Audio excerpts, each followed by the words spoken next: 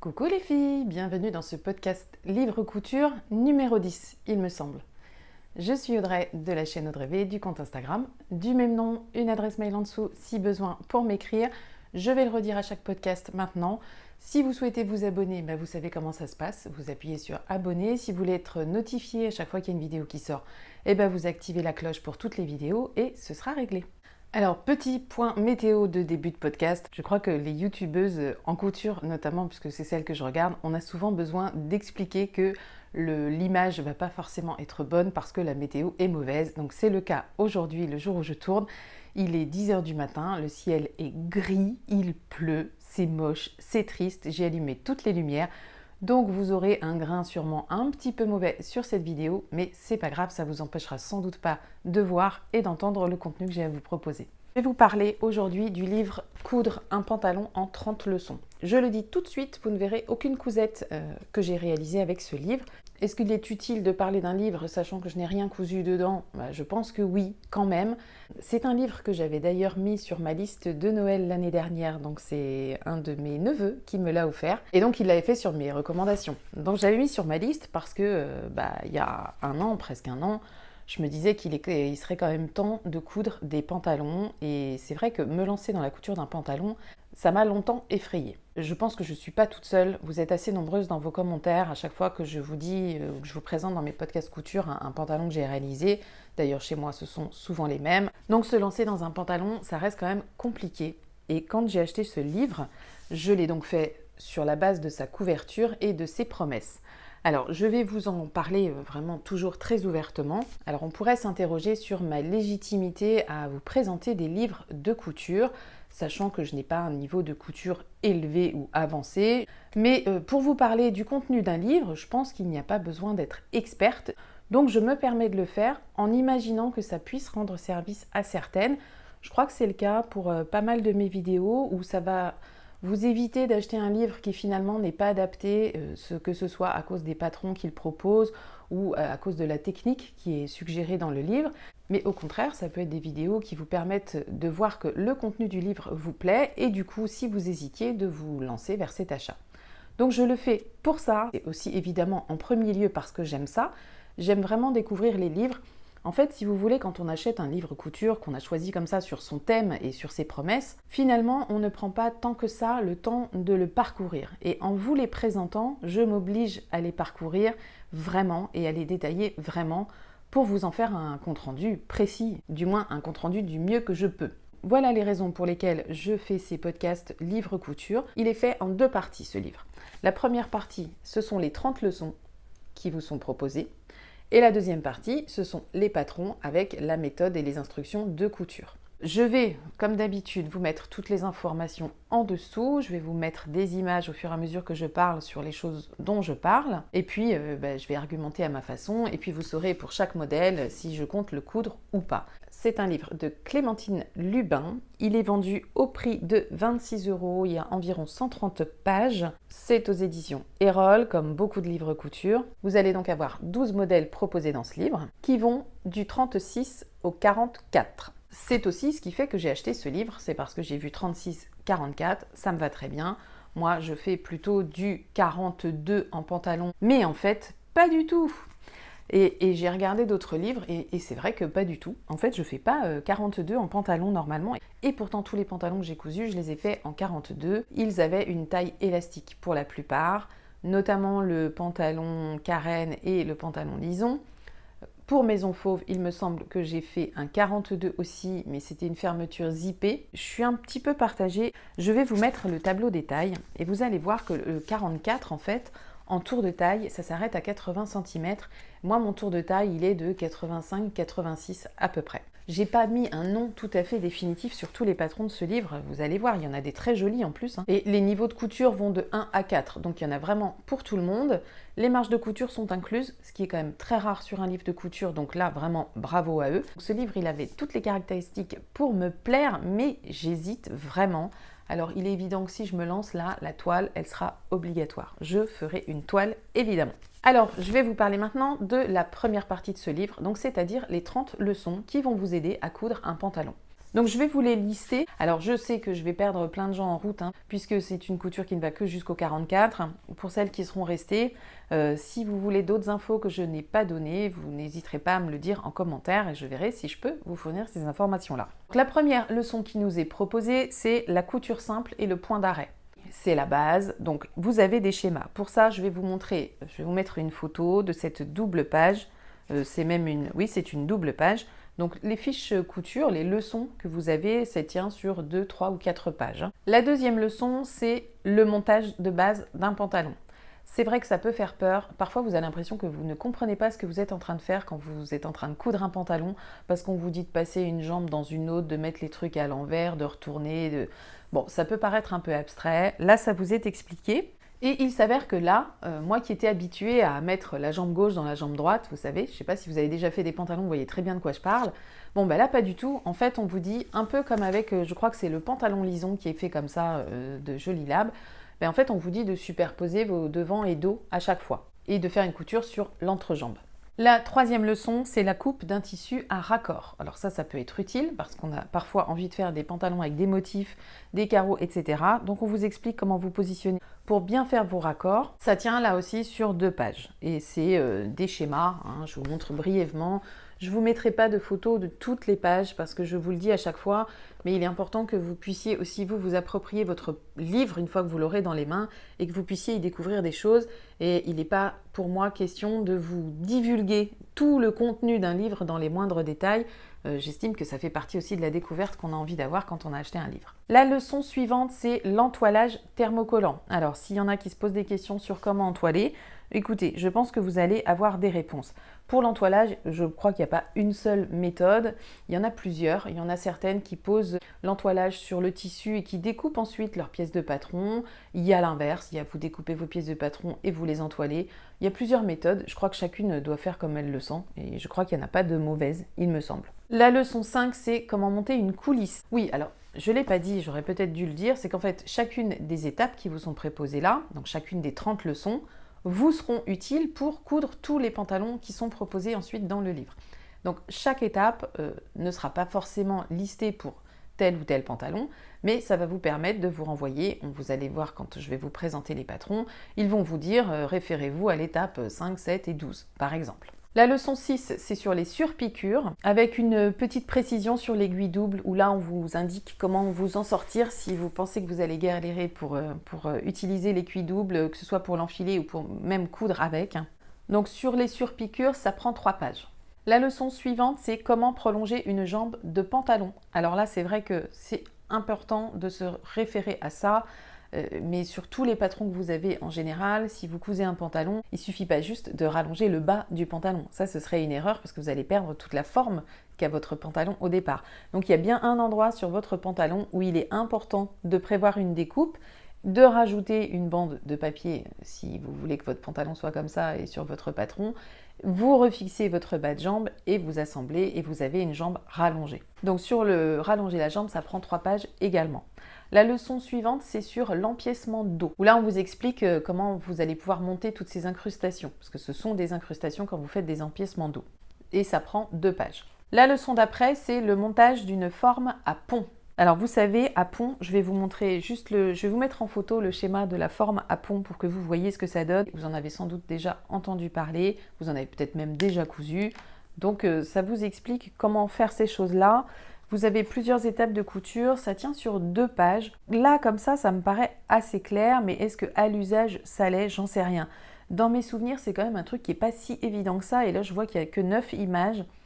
J'ai tendance à dire que ça va peut-être être un peu juste, mais vous voyez, c'est là où il y a un frein en fait à n'avoir cousu aucun des modèles, c'est que je ne peux pas rentrer dans le détail des coutures qui sont des méthodes de couture qui sont proposées. La 10e leçon, ce sera sur la couture des pinces, donc on vous explique bien comment vous y prendre avec quelques schémas. Je trouve que les schémas sont un petit peu techniques, je vais vous mettre photo de ce qu'ils ont mis pour une pince finie sur l'endroit par exemple. Mais soyez rassurés parce que si ces schémas sont un petit peu techniques et qu'on n'est pas forcément habitué à les voir, en tout cas moi je trouve que ce pas des choses que j'ai vues beaucoup dans les livres de couture, vous avez quand même en introduction une page qui vous les explique ces schémas pour ne pas être perdu. Donc ce sera une page à laquelle il faudra sans doute vous référer de temps en temps. La 11e leçon, c'est comment poser des pinces dans les parmentures à même, comme on nous dit. Parce que vous allez avoir des pantalons qui vont être terminés par une parmenture et dans lesquels il faudra ajouter des pinces à ce moment-là. Donc là, on vous explique aussi comment vous y prendre parce que c'est quand même une petite technique particulière. La 12e leçon sera sur les gros plis pinces. Alors, les plis pinces, c'est ce qui vous permet de cintrer la taille en fait de votre pantalon. Donc ça vous sera utile sûrement pour un ou deux modèles de ce livre. La 13e leçon, c'est la couture des plis couchés. Donc là aussi, c'est un détail de finition, mais plus que finition, parce que c'est même un détail de construction, les plis couchés. Ça vous permet d'ajuster votre vêtement sans perdre l'utilité des courbes qui sont prévues sur le vêtement. La leçon 14, c'est la création de poches latérales. Alors les poches latérales, c'est pas les plus compliquées, on le sait toutes, c'est même celles qu'on préfère faire en général. C'est beaucoup plus simple que par exemple la poche italienne qui elle demande une petite construction, mais qui est très facile à faire aussi. Donc la poche latérale, vous l'avez en leçon 14 et vous avez la poche italienne en leçon 15. Moi la poche italienne, j'y suis vraiment très habituée parce que c'est comme ça qu'on construit le pantalon carène notamment. Et pour la poche italienne, vous avez 4 pages. Donc c'est vraiment bien détaillé de ce que j'en vois. Ça ressemble parfaitement à ce qu'il faut faire, de ce que j'en vois. Vous avez un autre détail de poche en leçon 16, donc c'est la poche italienne avec patte de boutonnage. Ça vous permet notamment de pouvoir ajuster au mieux votre pantalon une fois que vous allez le porter. Ou alors, ça peut être simplement pour le côté esthétique, ça arrive aussi. Autre poche pour la leçon 17, c'est la poche plaquée. La poche plaquée, on nous dit que c'est considéré comme une finition, mais il va falloir faire des découpes très propres et des cousettes très soignées. En général, ça vient casser une forme uniforme sur certains pantalons, sur les fesses par exemple. S'il n'y a pas la poche, c'est vrai que des fois, ça manque de structurer un peu le postérieur et les poches plaquées, elles apportent quelque chose quand même. Et pour ces poches plaquées, vous avez 4 pages d'explication. La 18e leçon, ce sera sur la poche fendue double passepoil. Donc là, on est dans une finition tip-top avec ce genre de poche. Et c'est une explication, c'est une leçon qui va prendre 4 pages avec beaucoup de schémas, beaucoup d'illustrations et d'explications. Je pense que ça peut permettre, de ce que j'en vois, ça m'a l'air plutôt bien fait. La 19e leçon, c'est la poche passepoilée à rabat. Donc là aussi, finition tip-top. Donc c'est le même principe que la première, sauf que vous avez un petit rabat sur le haut de votre poche. Et bah ça c'est pareil, ça permet de très jolies finitions, que ce soit sur un pantalon, un manteau, une veste, c'est toujours hyper joli. Là vous aurez aussi 4 pages d'explication. Et la leçon numéro 20, c'est le truc qui fait peur à plein de gens, c'est la braguette. Donc pour la pose de la braguette, vous avez des schémas, je vais vous mettre quelques photos parce que je pense que c'est un point que plusieurs attendent dans ce livre. Vous avez donc des schémas, des photos et vous avez 4 pages d'explications pour poser votre braguette. La leçon 21, c'est le fameux zip invisible. Je fais un petit coucou à Laurie parce que dans son dernier podcast, elle expliquait qu'elle n'arrive pas à poser des fermetures invisibles. Je suis assez d'accord avec elle. C'est très rare de trouver des explications très concrètes et de voir des tutos très parlants. Pour l'instant, j'en ai pas encore vu. Mais écoutez, peut-être que quelqu'un aura la bonne idée d'en faire un. Et dans ce cas-là, on pourra toutes se ruer dessus pour réaliser nos poses de zip invisible. La leçon numéro 22, c'est sur le zip latéral. Donc là, c'est ce qui est proposé notamment sur le pantalon loulou que moi j'ai déjà cousu de Maison Fauve. Donc on vous explique comment le faire. C'est pas la pose la plus compliquée, le zip latéral, vraiment pas. Vous avez les explications sur 3 pages. La leçon 23, c'est sur la boutonnière à la machine. Alors là, je trouve que c'est une page qui n'est pas forcément utile parce qu'on n'a pas toute la même machine et que nos machines ne proposent pas toutes les mêmes méthodes pour faire nos boutonnières. En fait, moi, si je regarde ma machine, je ne peux pas me servir de cette leçon 23. Pour moi, elle n'est pas utile. Par contre, sur la fin de cette leçon, on va vous expliquer quand même comment coudre un bouton et surtout comment le coudre sur une étoffe épaisse. On vous donne quelques astuces, ça peut être utile, notamment pour des pantalons en jean, j'imagine. La leçon 24, c'est sur la ceinture rapportée rabattue. Donc là, c'est pour ajuster encore une fois votre pantalon à votre taille. Et donc, on vous explique sur 3 pages comment créer votre ceinture rapportée rabattue. La leçon 25, c'est la ceinture rapportée avec passant. Alors moi, c'est vrai que je n'ai encore pas fait de ceinture. Enfin, si j'avais essayé avec le pantalon carène, je suis pas très fan des passants, mais je pense que sur un jean, j'aurais pas le choix. Il faudra que je les mette parce que j'aime porter mes jeans avec des ceintures. Donc voilà, vous avez une petite astuce pour ce faire. La leçon 26, c'est sur la ceinture en forme. La ceinture en forme, on vous dit que c'est ce qui va épouser le galbe du haut du pantalon. Donc c'est vrai que ça va être pour avoir une coupe plutôt ajustée. Donc vous n'avez pas le droit de vous planter dans le métrage de votre ceinture. Si vous faites ça, il faut que ce soit ajusté. Vous avez la 27e leçon sur la ceinture élastiquée, donc c'est quand même celle qui nous effraie le moins quand on n'a pas cousu de pantalon et celle avec laquelle on se sent souvent plus à l'aise.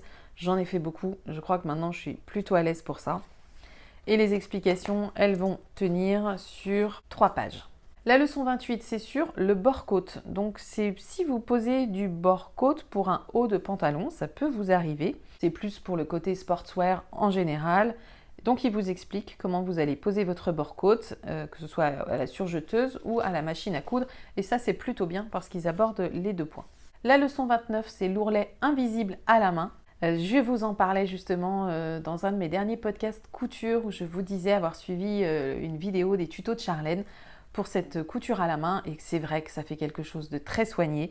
Et bien je ne savais pas avant en fait de préparer ce podcast qu'il y avait ça dans ce livre parce que je l'avais vraiment survolé très vite et j'ai été contente de voir que c'était là. Alors je vous dirais que c'est quand même plus clair si je regarde le podcast de Charlène que si je regarde les 2 pages de ce livre, mais je pense qu'on peut quand même s'en sortir. Et la dernière leçon, c'est l'ourlet plat à la machine, donc votre ourlet de bas de pantalon, on vous explique comment le construire, ça prend 2 pages, ça va plutôt vite. Donc cette première partie est terminée avec la présentation des 30 leçons que vous allez pouvoir suivre et qui vous seront utiles pour la cousette de tous ces modèles. Donc la deuxième partie, c'est la présentation de tous les modèles à coudre dans ce livre. Je vais vous en parler assez brièvement en vous mettant à chaque fois la photo qui correspond au modèle. Je vais vous donner le niveau de couture, je vous donnerai le métrage de tissu, je ne vais pas vous faire la liste de toutes les fournitures parce qu'à chaque fois c'est quand même assez complet et ce sera un peu chiant à répéter pour tout le monde. Je pense que je vous mettrai le schéma technique pour chaque modèle et le plan de coupe parce que ça peut aider certaines à mieux se projeter aussi. Donc c'est parti, le premier pantalon c'est le pantalon cigarette, donc c'est un niveau de couture 3/4 et je vais vous lire à chaque fois ce qu'ils nous disent sur le modèle. Alors le pantalon cigarette est ajusté, sa coupe droite habille étroitement la jambe. Vous le porterez aussi bien au travail qu'en soirée. Ce modèle comporte des pinces, des poches dans les coutures latérales, facultatives, appelées poches italiennes, une braguette zippée dite américaine, ainsi qu'une ceinture rapportée à passant. Donc le pantalon que porte la dame là, moi je le trouve très joli, franchement il me ferait bien envie. Il vous faudra, si vous souhaitez le réaliser, 1,40 m de tissu. Les métrages ne sont pas indiqués par taille non plus, ils sont indiqués en général. Donc est-ce que 1,40 m suffise pour la taille 44 comme pour la taille 36 ? J'en sais rien, j'ai tendance à dire que oui. Et donc, je vais vous mettre photo pour celle-ci, notamment pour ce modèle que vous voyez bien. À chaque fois, en bas du livre, en bas de la page qui présente le modèle, vous avez toutes les leçons auxquelles il va falloir vous référer. Donc c'est plutôt pas mal fait, quand même, c'est bien fait. Donc c'est encore un livre avec lequel vous allez devoir un peu jongler. Mais là, franchement, c'est très clair. Les pages, il n'y a pas de mystère. Là, on vous dit leçon 1, 2, 4, 10, 15. Bon, ça va, vous y êtes vite, vous les trouvez tout de suite. Il n'y a pas de problème là-dessus. Et ensuite, vous avez des instructions de couture.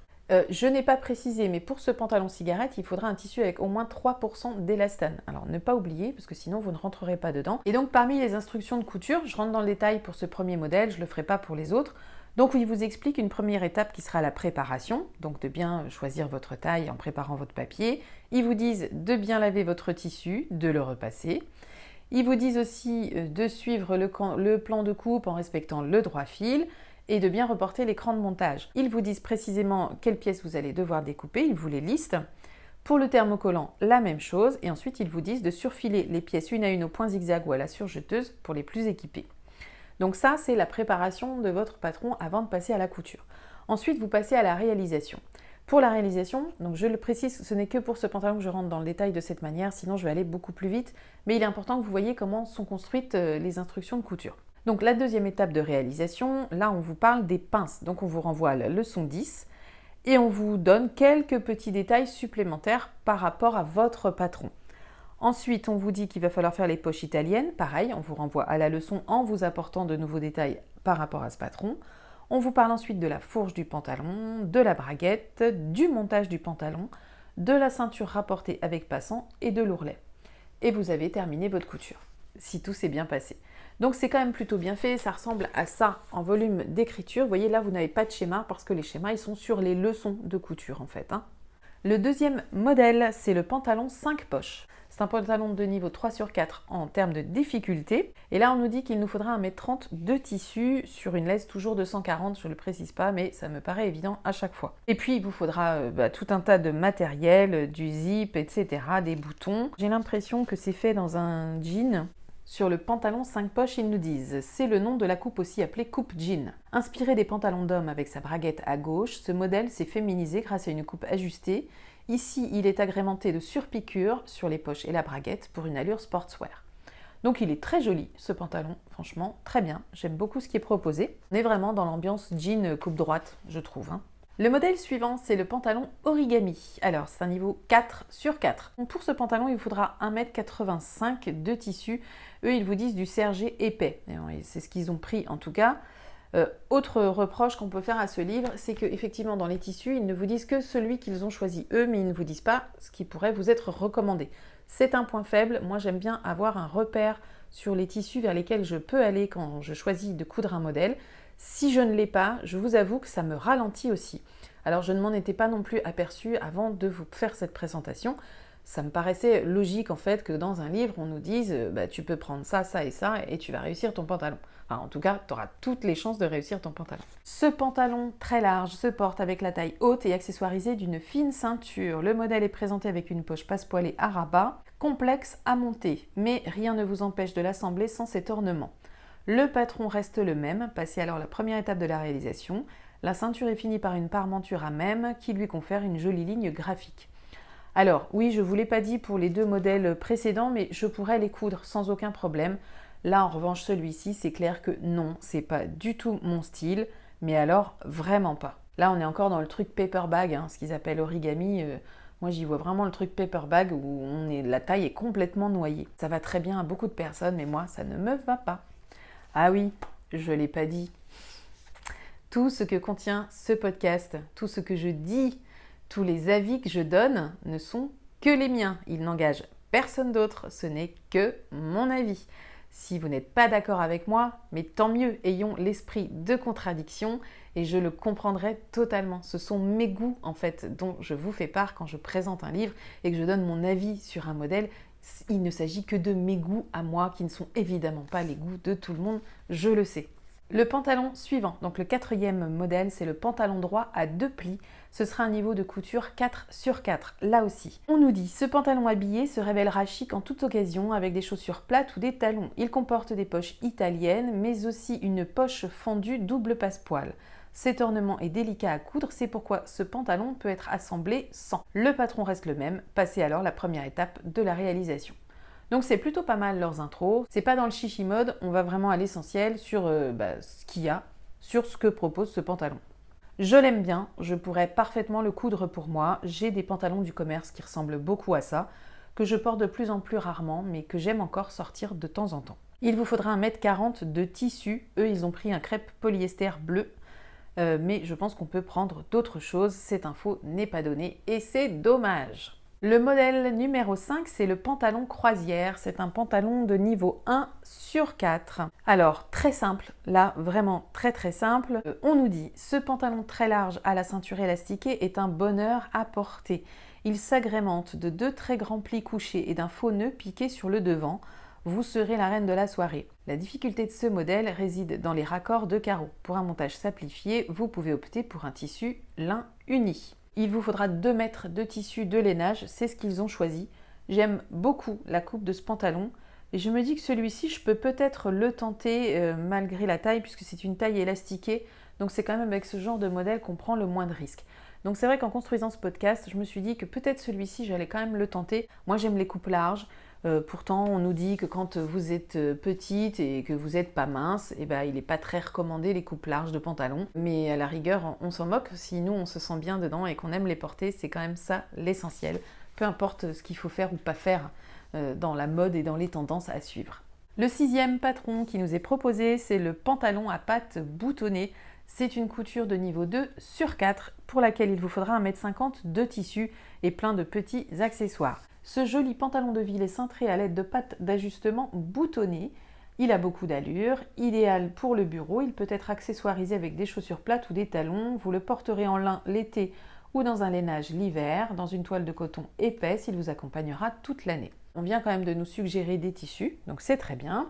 Eux, ils l'ont fait, ils nous disent pas dans quoi ils l'ont fait en fait. Mais il est très joli, là encore, c'est vraiment un pantalon qui me parle vraiment bien. Je ne ferai pas, je pense, les pattes d'ajustement. Moi, c'est des trucs que j'aime pas trop. Ces détails qui viennent encombrer la taille, j'en suis pas hyper fan, mais cela ne regarde que moi. Le 7e modèle, c'est le Cropped Pants. Alors, le Cropped Pants, il est de niveau 2 sur 4. Il vous faudra 1,20 m de jean avec un peu d'élastane, on nous dit 3% d'élastane. Ce pantalon court réalisé dans un jean stretch est surfilé de rouge selon le pourcentage d'élastane du tissu choisi. La coupe sera près du corps ou plus sport. Le modèle est ajusté grâce à 2 pinces d'eau, une ceinture en forme et une fermeture sur le côté. C'est plutôt pas mal. Moi, je trouve qu'il y a un décalage qui me plaît pas trop entre le bas de jambe et le haut et la taille. Je trouve que c'est deux choses qui vont pas ensemble, le style du bas et le style du haut. Mais c'est pareil, ça regarde que moi. Donc c'est pas un pantalon vers lequel je vais aller de toute façon. Le 8e modèle, c'est un short. Et là, on vous propose un short à pont de difficulté 2 sur 4. Alors, short à pont de cette manière, moi, ça m'a fait beaucoup penser. Je pense que vous l'avez peut-être déjà vu passer. C'est le short Roméo, je crois, d'I.M. Patterns que je vous présentais dans le livre Le dressing idéal, l'intégrale. Il me semble que le short ressemble beaucoup à ça aussi. Pour ce short, il faudra 90 cm de tissu. Et là, on nous dit du tissu jean. Ils nous disent, le short à pont est un modèle inspiré des vêtements de marin. La coupe de ce modèle est simplifiée grâce à une couture sur le milieu des jambes de devant qui se confond avec le motif à rayures. Le montage est assez simple mais il nécessite une bonne maîtrise de la broderie des boutonnières. Vous avez la pose de 6 boutons. Le modèle qui nous est proposé est très joli, il n'y a pas à dire, c'est vraiment très mignon. Le 9e patron, c'est le pantalon japonais de niveau 1 sur 4. Il vous faudra 1,25 m de double gaze, donc ça c'est ce qu'ils ont choisi, et puis de l'élastique, puisque là ça va être une taille élastiquée, je pense. Alors je vous dis ce qu'on nous dit. Ce pantalon très tendance secoue rapidement, confectionné en double gaze avec une ceinture surpiquée, il se donne un air de pantalon kimono. En velours fin et avec une paire de bottes, il prendra une toute autre allure. Sur ce modèle, la difficulté réside dans le raccord du motif à carreaux. Pour plus de facilité, optez pour un tissu uni. Par ailleurs, les poches latérales peuvent être supprimées. Il vous supplie d'assembler les côtés en une seule couture. Pour allonger la longueur des jambes, rien de plus simple, le pantalon est droit, prolongez les lignes de côté et intérieur de jambes. Moi, je le trouve un petit peu trop court et je trouve aussi qu'il est dommage que sur la photo, en fait, on nous montre 2 photos. Sur la première, je vais vous la mettre à l'écran, on ne voit pas comment est la ceinture, c'est quand même une drôle d'idée. Et sur la deuxième, on ne voit pas non plus comment est la ceinture. Donc, je trouve ça dommage, c'est un détail que j'aurais aimé voir pour me décider. Le 10e modèle, c'est le fameux leggings, donc de niveau 1 sur 4. Je vous mets le plan de coupe, le schéma technique. On vous dit qu'il vous faut 1,40 m de tissu stretch en maille suédine, c'est ce qu'ils ont pris eux. Et sur ce legging, ils nous disent le legging tire son nom de leg, jambe en anglais. Coupé dans un tissu extensible, il moule la jambe, sa taille est montée sur un élastique plat ou à même. Ce vêtement très confortable et de style sportswear est très tendance porté avec des baskets, une chemise et une veste de tailleur pour un esprit très citadin. Montez ce leggings avec une machine à coudre familiale ou entièrement à la surjeteuse. Alors moi, ces genres de cousettes, je ne les porte pas du tout. J'ai pas ce genre de vêtements, même dans le commerce. Donc c'est pas un patron qui m'intéresse du tout. Le modèle numéro 11, c'est le pantalon cocooning. Et le pantalon cocooning de niveau 1 sur 4. Il vous faudra 1,30 m de tissu. Eux, ils l'ont cousu en lin. Et il faudra aussi de l'élastique. Rapide à coudre, agrémenté de poches latérales, il est pratique et confortable. Pour simplifier le montage, vous pouvez supprimer les poches. Le patron reste le même. Passez alors la première étape de la réalisation. Confectionné en lin, ce modèle sera votre atout pour l'été. On est encore dans une genre de paper bag en haut que j'aime pas spécialement. Le bas, je le trouve très bien. Est-ce qu'on peut se passer de cette petite corolle à la taille? J'imagine que oui. Un patron que je pense pas coudre de toute façon. On en vient donc au dernier patron. C'est un des modèles que j'avais envie de coudre et pourtant je ne me suis pas ruée dessus puisque je n'ai rien cousu. C'est le Sarwell. Donc de niveau 1 sur 4. Ce genre de pantalon, j'adore pour traîner chez moi ou pour aller faire 2-3 courses vite fait. Pour ce Sarwell, il faudra 1,40 m de tissu. Donc là, eux, c'est bizarre parce qu'ils disent 1,40 m de toile de coton double gaze en laisse de 1,40 m. Mais de la double gaze en laisse de 1,40 m, je ne suis pas sûre que ça existe. Moi, j'en ai jamais vu. Donc 1,40 m, si c'est sur une laisse de 110, faites attention, il vous faudra sûrement plus qu'1,40 m. Sur ce Sarwell, on nous dit le Sarwell est un pantalon très large avec un entrejambe placé bas, il est très confortable.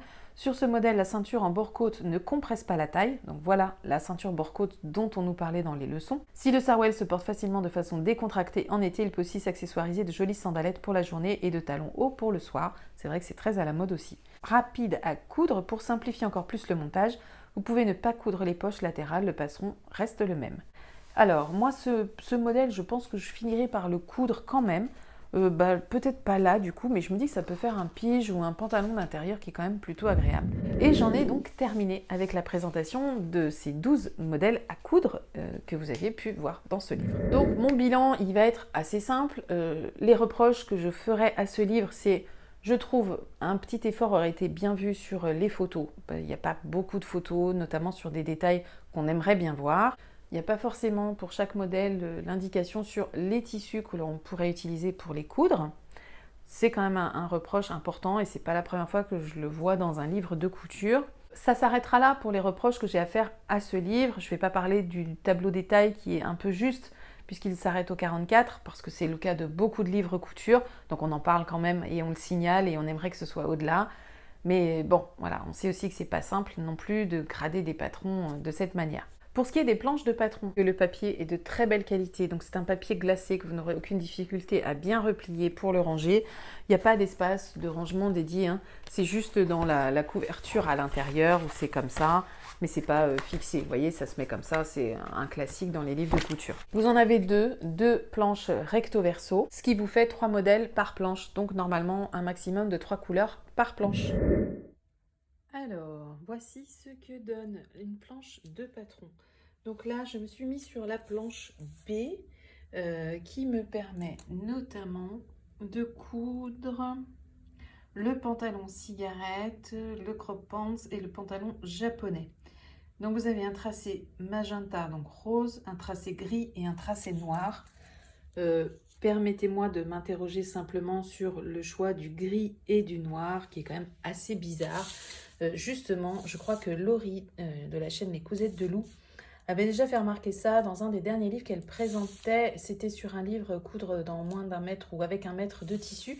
Et c'était exactement la même chose. C'était rose, gris et noir. Bon, alors comme tout ne se superpose pas non plus, on va quand même pouvoir s'en sortir avec ce gris, ce rose et ce noir. Donc c'est plutôt une bonne chose. Les choses ne se superposent pas, ça va, c'est vraiment correct. On voit bien tout. Je ne sais jamais dans quel sens je filme, si vous voyez les choses dans le même sens que moi. C'est un truc que je ne pense jamais à vérifier. Mon avis, c'est que franchement, c'est faisable. C'est améliorable. Il nous aurait mis un petit bleu ou un petit vert à la place du gris ou du noir. On aurait été encore plus contente. Mais c'est pas mal. Franchement, c'est pas mal. Et n'oubliez pas, marge de couture incluse. Pour les points positifs, parce que c'est important d'en garder, et là il y en a, je trouve quand même. Donc c'est que le livre il est à 26 €. Vous avez 12 patrons de pantalons, si c'est dans votre taille, et si vous vous sentez à la hauteur pour ce genre de cousettes, ça vous fait quand même pas cher du modèle. Les planches étant ce qu'elles sont, c'est pas trop mal pour un livre de couture. Les marges étant incluses, alors là c'est pour moi, c'est vraiment bravo à eux. C'est vraiment le gros point fort, je trouve. On perd vraiment pas de temps. Je dirais que les modèles, il y en a vraiment pour tous les goûts. Vraiment, ça c'est très bien fait. Il y a du sportswear, il y a du modèle habillé, il y a du jean, il y a du classique, il y a du plus raffiné, il y a de l'original aussi. Il y a vraiment beaucoup de modèles. Moi, je dirais que sur les 12, je pense qu'il y en a bien 6 qui m'intéresseraient. Donc c'est un livre que je vais garder. Je ne vais pas m'en séparer, je ne vais pas le revendre. Je vais le garder pour l'instant. Je me dis qu'il me sera sans doute utile dans quelques temps, quand je serai plus à l'aise dans la couture de pantalons. Je vous l'ai déjà dit, moi un de mes projets c'est de coudre le Wide Leg Pants de Peppermine. C'est un truc que j'aimerais bien faire cet hiver. Je vais faire une toile, évidemment, et peut-être que j'irai chercher des infos dans ce livre, j'en sais rien. Ça me permettra aussi peut-être de me faire un avis sur les explications de couture. Enfin voilà, vous avez 12 patrons, et pour moi il n'y a pas de déchets. Il y a juste des choses qui ne me plaisent pas et qui ne me conviennent pas, mais bon, ça c'est comme dans tous les livres. Voilà les filles, j'en ai fini. J'espère que ça vous a intéressé. Dites-moi en commentaire si c'est un livre que vous connaissiez déjà. Je ne crois pas qu'il soit très très connu non plus. Je ne crois pas non plus l'avoir vu passer beaucoup sur les réseaux sociaux. Ça ne me dit rien. Je n'ai pas encore vérifié au moment où je tourne ce podcast si d'autres chaînes en parlaient. Alors je me tape l'incruste parce que j'ai voulu regarder, j'ai voulu vous proposer d'autres vidéos qui parlaient de ce livre. Je n'en ai pas trouvé. Alors j'ai peut-être pas assez poussé la recherche, mais c'est vrai qu'en mettant le titre du livre, en mettant livre, coudre son pantalon à tante leçon, enfin en faisant plusieurs recherches, je tombe sur plein de vidéos pour coudre un pantalon, mais aucune qui vous parle de ce livre. Je n'ai pas non plus pris le temps, par contre, de taper chaque nom de modèle qui est proposé. mais peut-être faites-le si un des modèles vous plaît dans ce livre. Vous tapez le nom du modèle sur YouTube et peut-être que là, vous aurez des choses. Comme d'habitude, je dirais, lisez-vous les unes les autres si vous en avez envie. Moi, ça me fera plaisir de lire vos commentaires à chaque fois. Je vous retrouve très vite pour je ne sais plus quoi, mais sûrement des trucs sympas. Il n'y a pas de raison. Je vous fais des bisous, je vous souhaite une très belle journée et vous dis à très bientôt. Bye les filles!